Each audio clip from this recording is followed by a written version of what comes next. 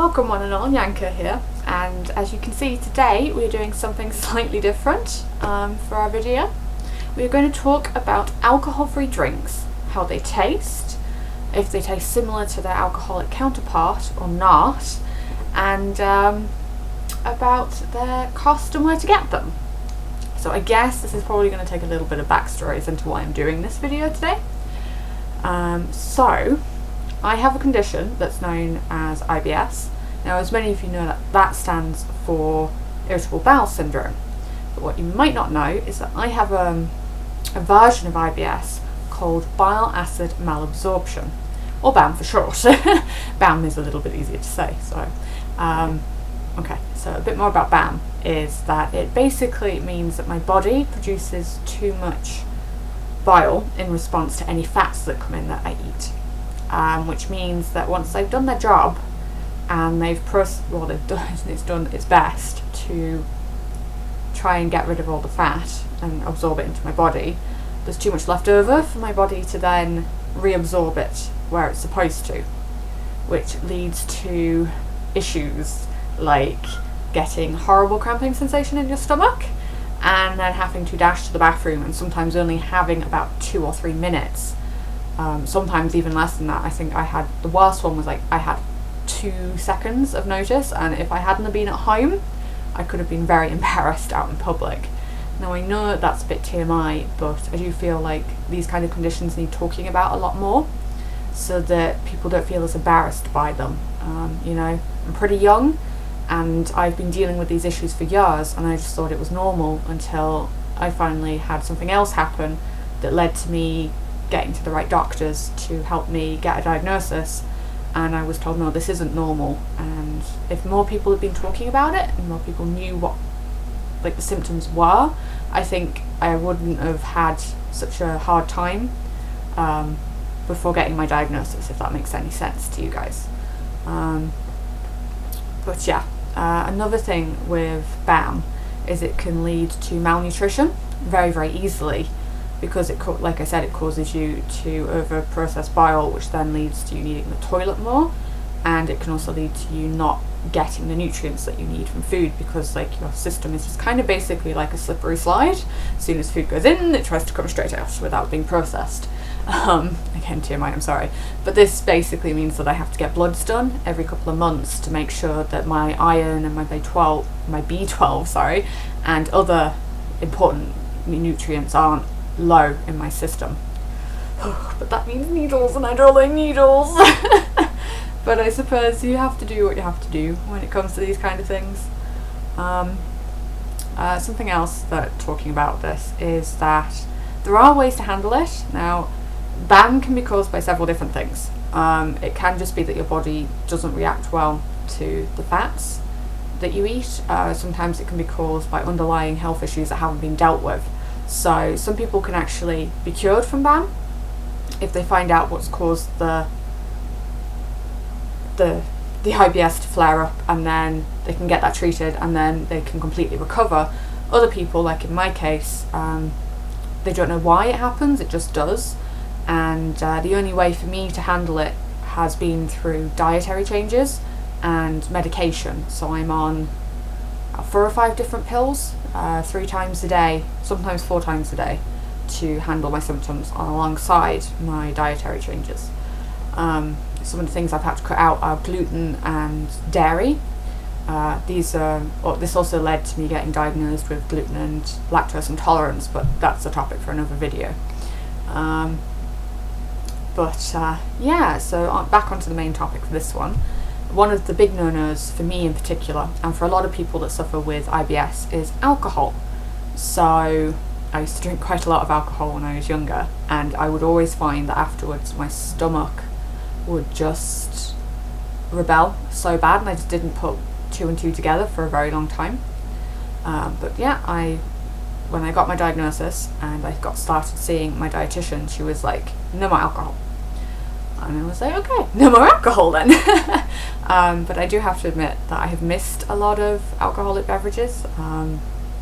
Just especially where I live, being an island and everything, going down to the pub with your friends is a big thing here.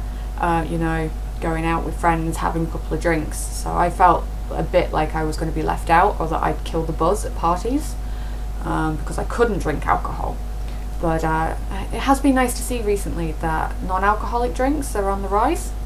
So again, that's what today is going to be about. We are going to review 3 of the drinks that I currently found, and we're going to go from there. So first off, we have a Koppenberg alcohol-free cider. It's strawberry and lime flavoured, so I'm extremely excited. I love strawberries and lime. It used to be my favourite cider, to be fair, so I'm really glad that they're bringing out a non-alcoholic version. So I got that one in Lidl. I got a 4-pack for €4.50 basically, euros, not pounds. Now I know you can get it in Tesco's as well, and other stores when they've got it in. So keep an eye out for it. It's reasonably priced, and I mean, compared to normal cider, we're going to see how it compares later on in this video. The next thing we have is this rum copy that we got in Aldi as well. It was $9.99, which I don't think is bad, and it's a huge ass bottle. It's like 70 cl. I think it's really cute. It says that it is got undertones of vanilla, chocolate, lemon, lime, and a hint of pineapple. So I wonder if this is actually going to taste like rum or not. We will see. I haven't had rum in over 2 years since I got my diagnosis now, so I love rum, it's my favourite.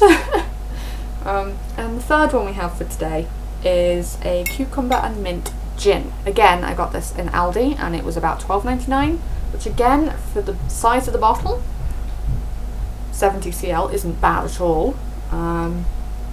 Yeah, so we will review these now and we will see what they taste like. So I've already poured some out ahead of time. You know, got to be prepared for these things. So we're going to start with the cider first. It is, ooh, it smells very nice. Like, you can definitely smell the strawberry and the lime, like with the normal ciders. Actually, it smells just like the normal strawberry and lime ciders. Ooh, let's see. Oh my gosh. Oh, that is so nice. Oh yes. Well, that tastes just like the actual cider. Oh! Now, just to warn you guys, fizz is also a big deal when it comes to IBS. So, as this is a fizzy drink sparingly because it can aggravate your stomach and it can cause some bloating as well. But once in a blue moon, it should be okay, but don't be going drinking it every day of the week. Even though I want to. This is so nice. Okie dokie. Ooh. Oh, I could just drink all of that and it'll be good. Be good, Nyanko, you could do it. Okay, we are going to go with the rum. Now I've added it to Coke, again, fizzy drink, so be careful not having it too often.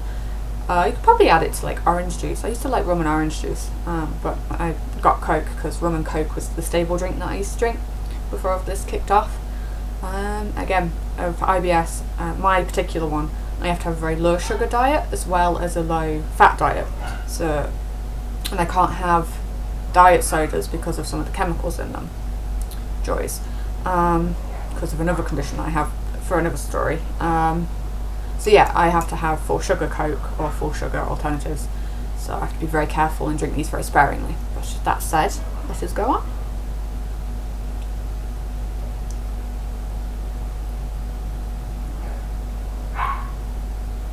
How have they made this taste just like rum? Oh my god. Oh, this brings back so many memories. Oh my gosh, I didn't think that those flavours would add up to making like a proper rum flavour. But oh my goodness. Oh, that tastes just like rum. Oh my gosh, I love that so much. Oh. Oh my gosh. Oh, I think I found my new favourite. Okay, sorry, we have to go on to the next one. Oh, I just want to drink that. No. Okie dokie. So on to the gin. Now, disclaimer, I was never a big gin drinker. I had it a couple of times, wasn't overly fussed, so I would always go for like rum or vodka or cider. Hello. We have got a little addition. My One of my dogs has come up and said hello. Hi. You gonna go away now, or are you gonna stay and say hi? Alright, she's gonna stay and say hi. Okay, anyway, onto the rum. Gin. I'm getting myself all confused.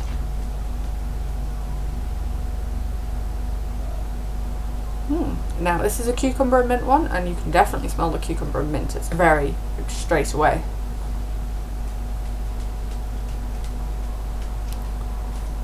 Ooh. Ooh, that's nice. I do like that. Like I said, I was never a big gin drink. Ooh. Oh, that's starting to burn, actually. Now, I know that alcohol burns usually anyway, but this is alcohol free, so should it still burn? Ooh. Now, it could just be that I added too much of the gin substitute in, or it could be that I'm having a mild reaction to it. So I think I'm going to put that down for now. I have, like I said, issues with chemicals. Like I said earlier, I can't drink certain things in Diet Coke or dietary, like diet drinks. So I can just have like random reactions to things. Oh, that burns a lot. Okay, I don't think I'll drink much of that. Like, I'd say it would be fine if you're like sipping on it gently as you were going, like through a very nice evening. But no, I don't think I can drink much of that. Like, it tasted lovely and it smells divine, but I don't think I'm reacting well to that. So I think I'm gonna give that one a miss. Oh, okay. Yeah, alright then. So that's all three of those tasted. I think my favourite is definitely the rum, but I mean, I was always a rum girl, so I might be a bit biased there. The cider as well was delicious, so I would definitely recommend getting those. I don't think the gin tasted nice, but because I was having problems there, I don't think I'd be getting it again in the future. I might be giving it away to a friend or something and see if they like it. But it might not be the case for you. You might really enjoy it, and it might not have a problem. So I'm just going to say that this is my opinion, and opinion is subject to personal preferences. So you could love it, I might not. We can all, agree on that like civilized human beings. But yeah, leave a comment down below if you know of any other alcohol-free drinks that I should try, because it would be lovely to just add a little bit more variety to my diet, or like drinking diet, because sometimes just water and herbal tea can get a little bit boring. Yeah, leave a like if this has been informative to you, and if you'd like to see more of this content, subscribe, and I will see you next time. Au revoir!